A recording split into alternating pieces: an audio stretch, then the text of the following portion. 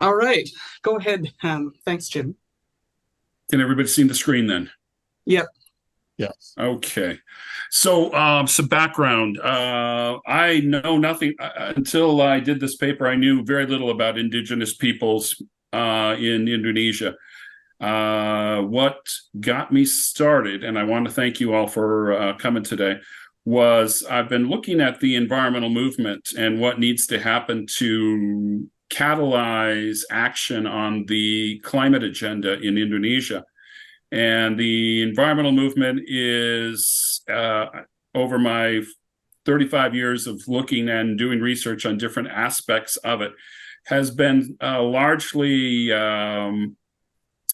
demobilized since about the early 2000s, and hitting up against the government in terms of their ability to really influence the direction of the climate agenda in Indonesia. And the government is wanting to go alone by and large, and ultimately to solve this problem, they can't. They have to work together with the environmental movement. But in the course of my endeavors there, I realized the environmental movement doesn't have all of the pieces itself. And then one of the key aspects in my review of this issue is that Indonesia has the third largest area of tropical forests in the developing world after Brazil and the Congo. And they're not doing they're struggling to ultimately accommodate the long-term protection of the tropical forests there. And the key, of course, is that there are some that are actually on the front lines in those tropical forests on the coasts and working to protect them. And that is, of course, the indigenous peoples. So I came around this through this whole effort to really understand the dynamics and realizing that indigenous peoples movements are critical to the future if we really want to solve the climate change problem in Indonesia. And it's kind of interesting because, of course, we are now in for the next 2 weeks, as of this Monday, at the COP28, deciding what the climate agenda shall be going forward and whether fossil fuels will be phased out or slowed down. But obviously, the top-down agenda being negotiated at the global level doesn't give us the fine-tuning we really need to understand the climate dynamics within a country. So I'm going to highlight that today and give you a sense of why we need to understand the grassroots and how it connects to the global level today. So the thrust of this is to talk about human rights and why human rights matter, and it's critical to indigenous peoples realizing their own abilities in terms of pursuing sustainable livelihoods. Here's a protest in Jakarta in 2014 for the rights of indigenous peoples in Indonesia. So let me see if I can move this out of the way. Let's see here. How do I get that out? There we go. So the thrust of the whole topic is the following. I want to highlight the human rights, the threats to human rights that indigenous peoples are confronting, and in the process, lay out some of the ecological, health, social, and livelihood impacts that climate change poses for indigenous peoples. Second, I will look at the role that indigenous peoples themselves have agency. The idea is that, of course, they're on the front lines, they're vulnerable, they're facing these threats due to conflict over lands, seas, and natural resources. But more importantly, indigenous peoples have agency. They can actually take a role in terms of responding to the impacts of climate change. And it appears, based on my review of the literature, that they have the capacity for adapting effectively to issues on the ground when it comes to loss of biodiversity, when it comes to protecting forest areas. And this, if true, could help advance our knowledge of nature-based solutions for climate change. So the next piece of this discussion will focus then on how do they respond? What forms of resistance do Indigenous peoples engage in to counter the various threats that affect their livelihoods? And we'll talk about that. And then we'll analyze how Indigenous peoples engage in collective action, connecting the grassroots all the way to the national, regional, and global levels, and try to understand what the possibilities are for effective climate action. The key organization, the pioneering organization that has played a critical role in Indonesia is the Alliance of Indigenous Peoples in Indonesia, the AMAN. And they have played a number of strategic roles to recognize the rights of Indigenous peoples, and in the process also to empower them to play greater roles in the decision-making processes and to create and support sustainable livelihoods. So we want to understand how that all comes together at the national level, and then I will highlight some of the main lessons for scaling up at these nature-based climate adaptation strategies for Indigenous peoples. So the main threats to Indigenous peoples' human rights, livelihoods, and well-being are they're vulnerable because of livelihood loss, land dispossession, particularly in the tropical areas, tropical forest areas. In those areas, there's been increasing levels of mining and extractive activities, oil palm development, and the process deforestation, which has led to environmental pollution, particularly in the waterways, but also in terms of air quality from the burning and of course, chemicals in the environment.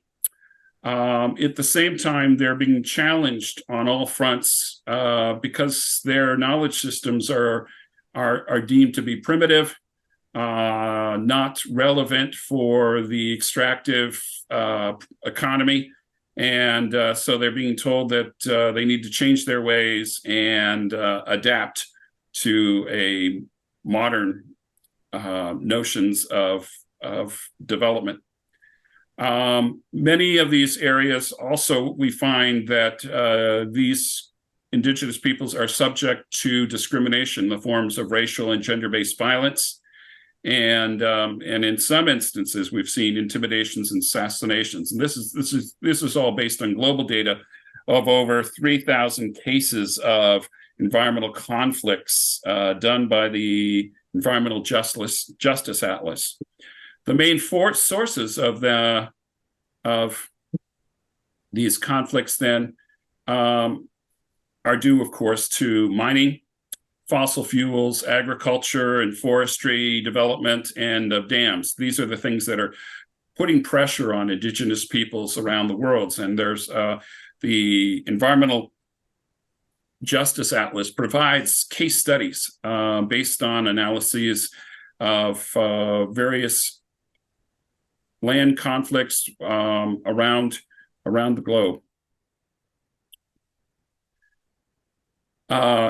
Kennedy and all have done a really interesting framework, have provided a framework for understanding the vulnerabilities affecting Indigenous peoples, and there's three types. The first is rights vulnerability, that many Indigenous peoples have rights that are not secured. They lack tenure security, and their human rights are at risk in many instances. And that requires, therefore, action. And we'll talk about that in terms of agency. Second level of vulnerability is in terms of representation.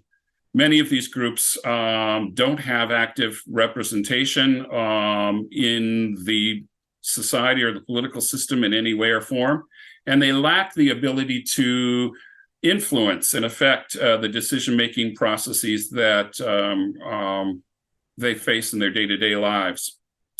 The third area where they have vulnerability is in terms of lack of access to capital in various forms, in terms of both finance, but also productive capacity to actually support their efforts to protect biological diversity and conservation efforts more broadly.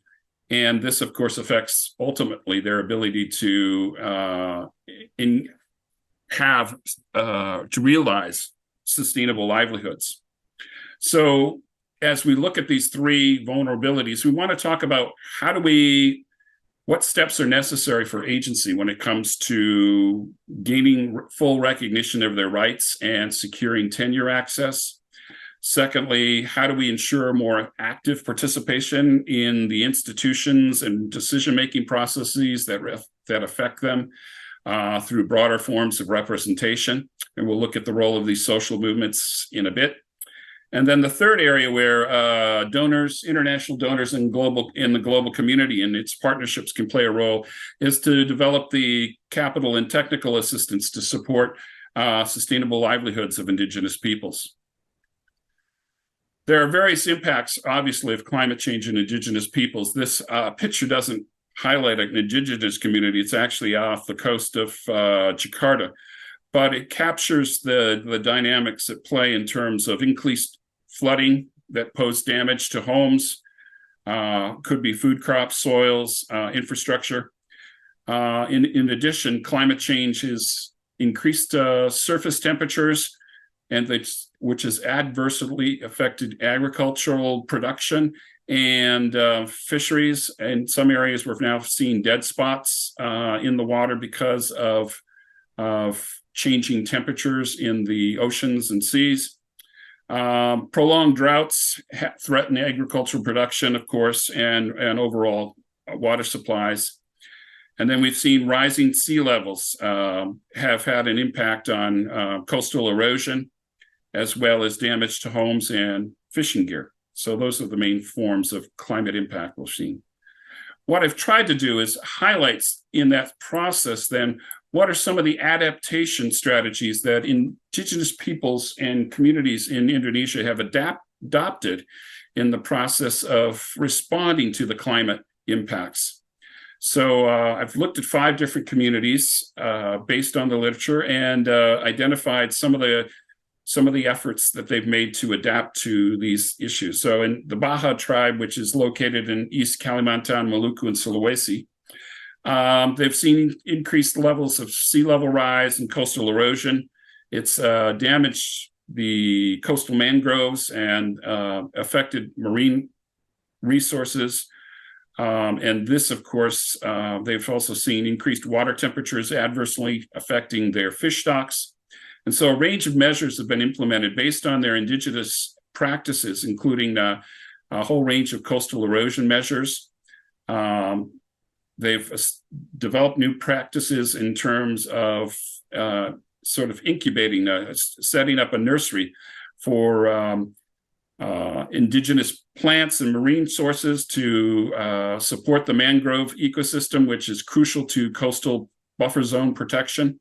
And that has helped in terms of overall coastal stability and growth.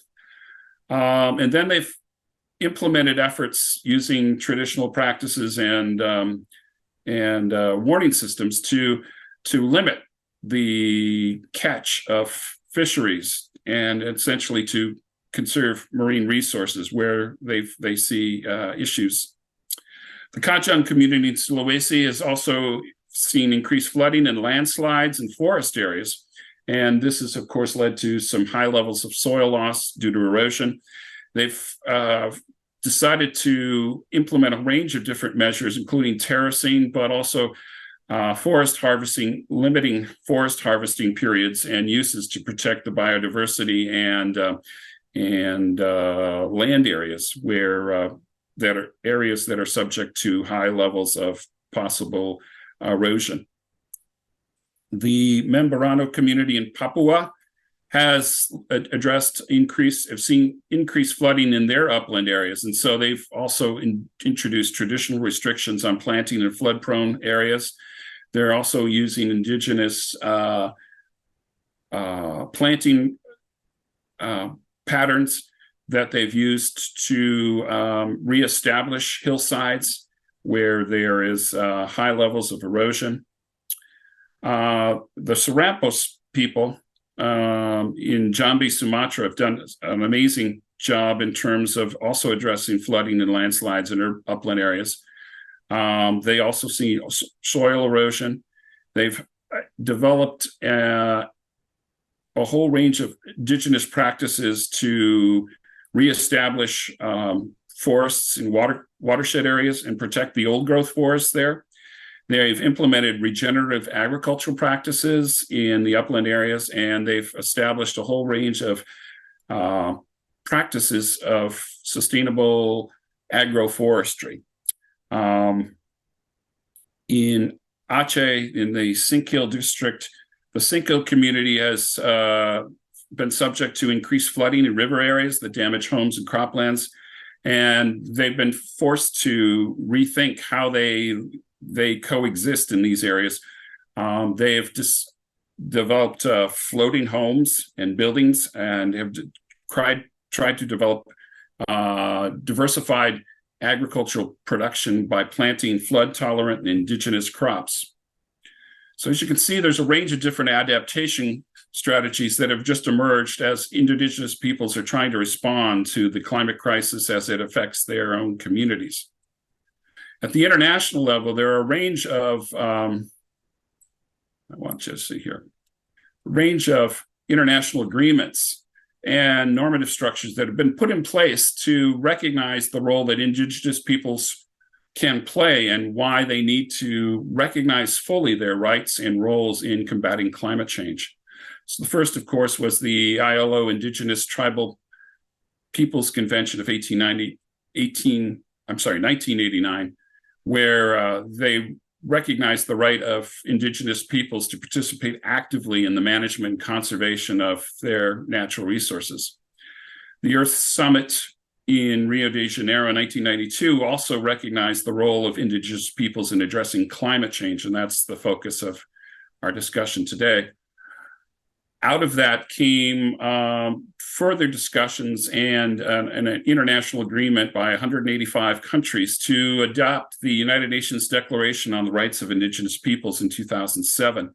Out of that was an effort to establish that indigenous peoples have the right to conserve and protect the environment and the productive capacity of their lands and marine resources.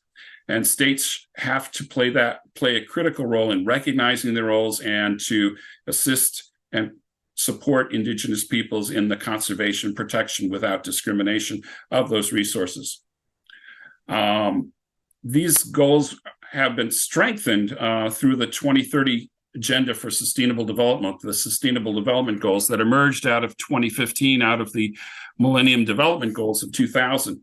And there are a range of goals, but the one I really will highlight at this point is the goal to end hunger, where it recognizes that by 2030, indigenous peoples and others have to play critical roles in ensuring a sustainable food production system that implements resilient agricultural practices that increase productivity and production, and that strengthen the capacity for adaptation to climate change, extreme weather, drought, flooding, and other disasters that progressively improve land and soil quality.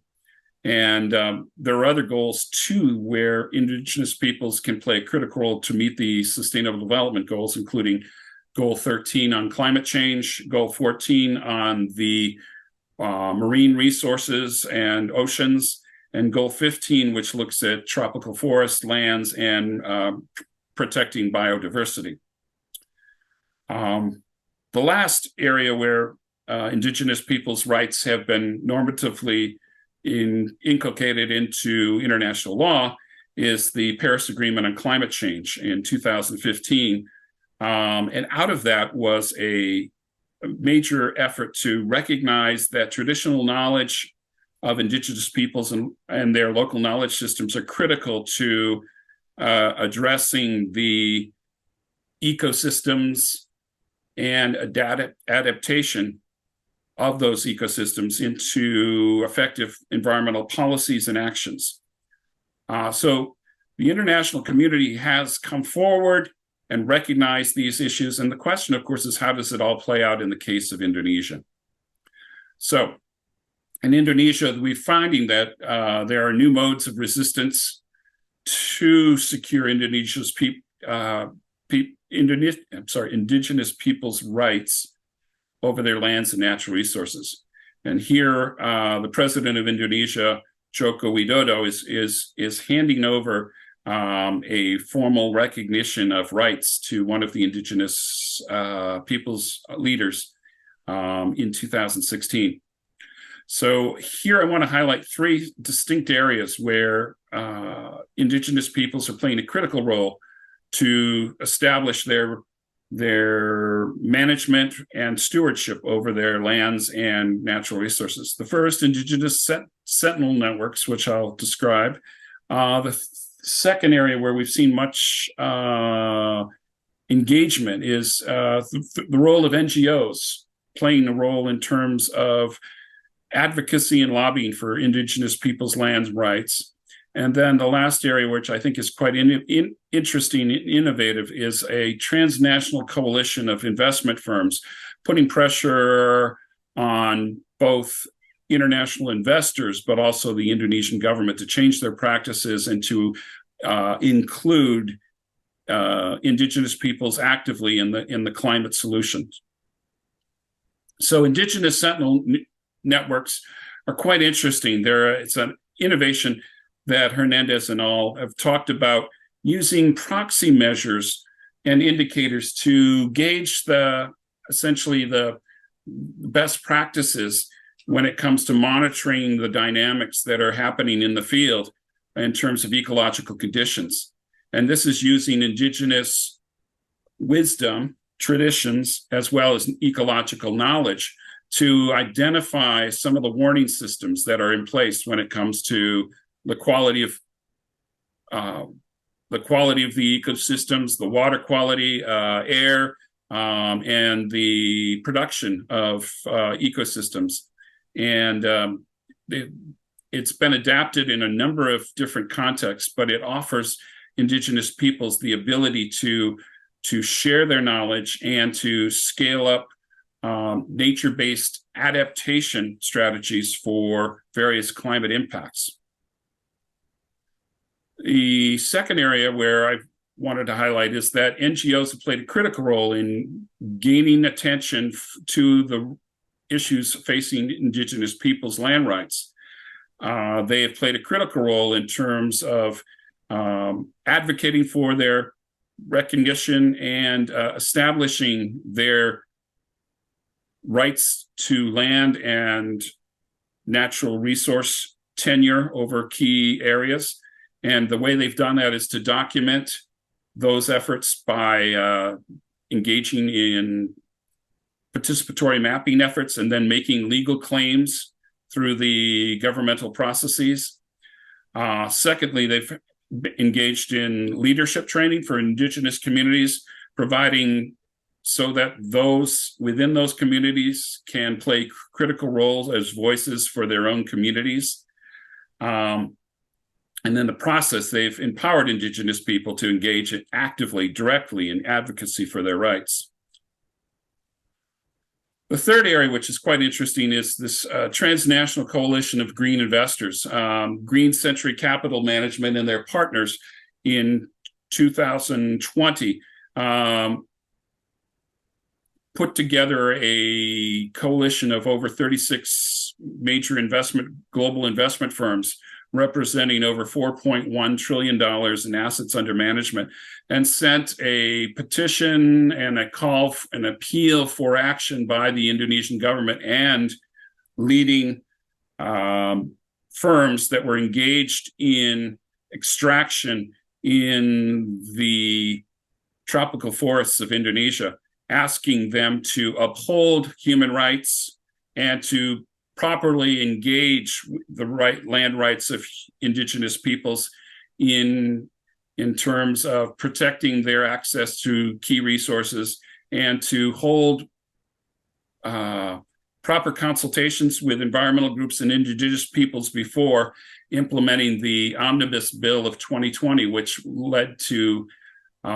was passed in October of, 2020, which led to support of the mining, the palm oil, and other extractive industries, which would, of course, have direct impacts on the lives and livelihoods of indigenous peoples. The key group that has played a role in terms of pioneering efforts to build a national movement is AMAN, the Indigenous Peoples Movement in Indonesia. And they played a critical role to support and build a network, both at the grassroots, but national and regional levels, to gain broader support and recognition of indigenous peoples' rights. The way they've done that is to, of course, build a whole range of chapters. They've documented the 2,400 different member communities of indigenous peoples and worked with them to secure their rights to their tribal lands. In addition, they have played a critical role in building regional chapters, and all told, they believe that they represent over 20 million indigenous peoples, or about 8% of Indonesia's total population.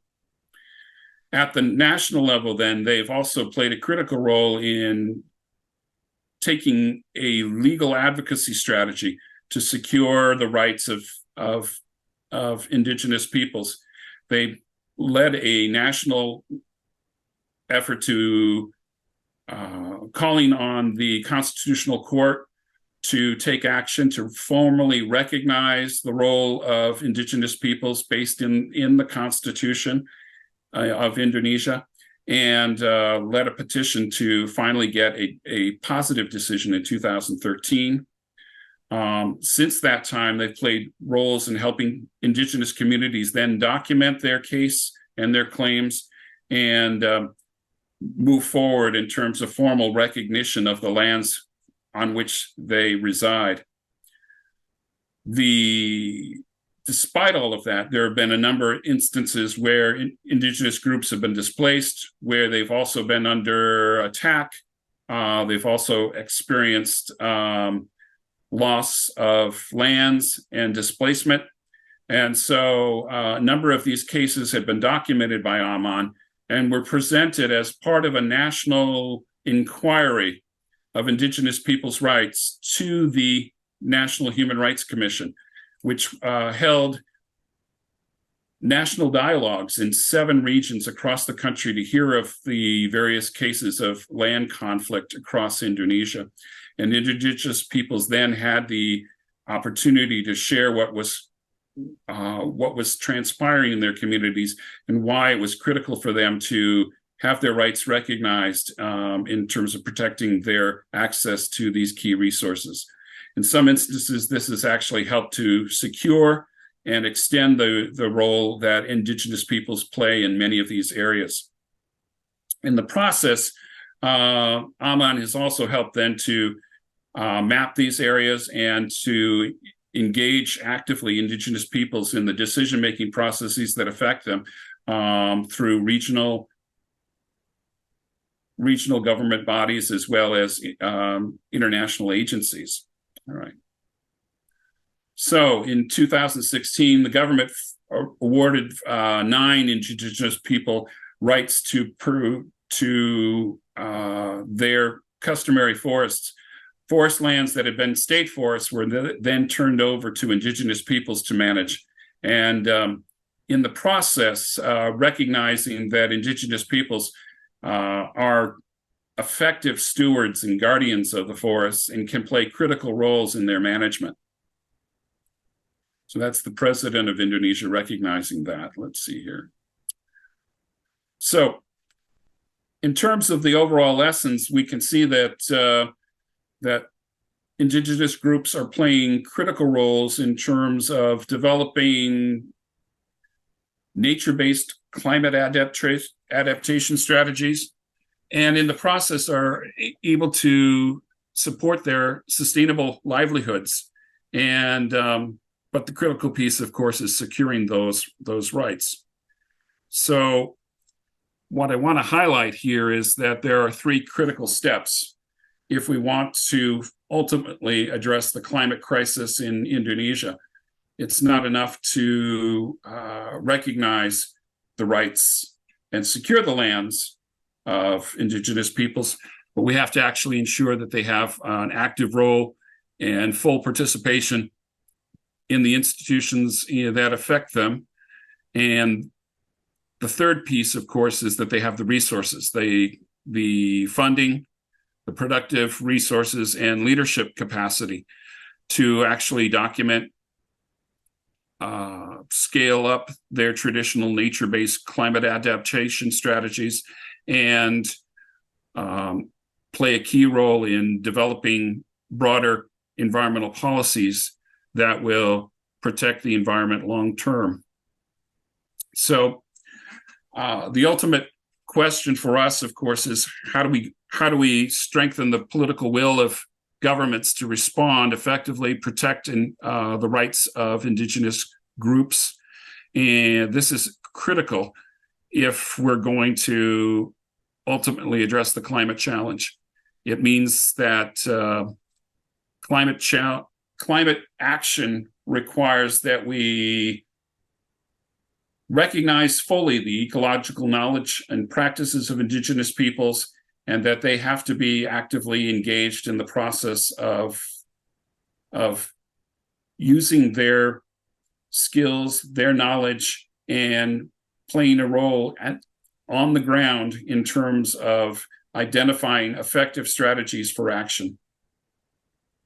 So that's the thrust of my talk. I welcome your ideas, your comments. Obviously, the focus here is trying to understand the linkages to the grassroots and how these play out in terms of global debates when it comes to solving the global climate crisis.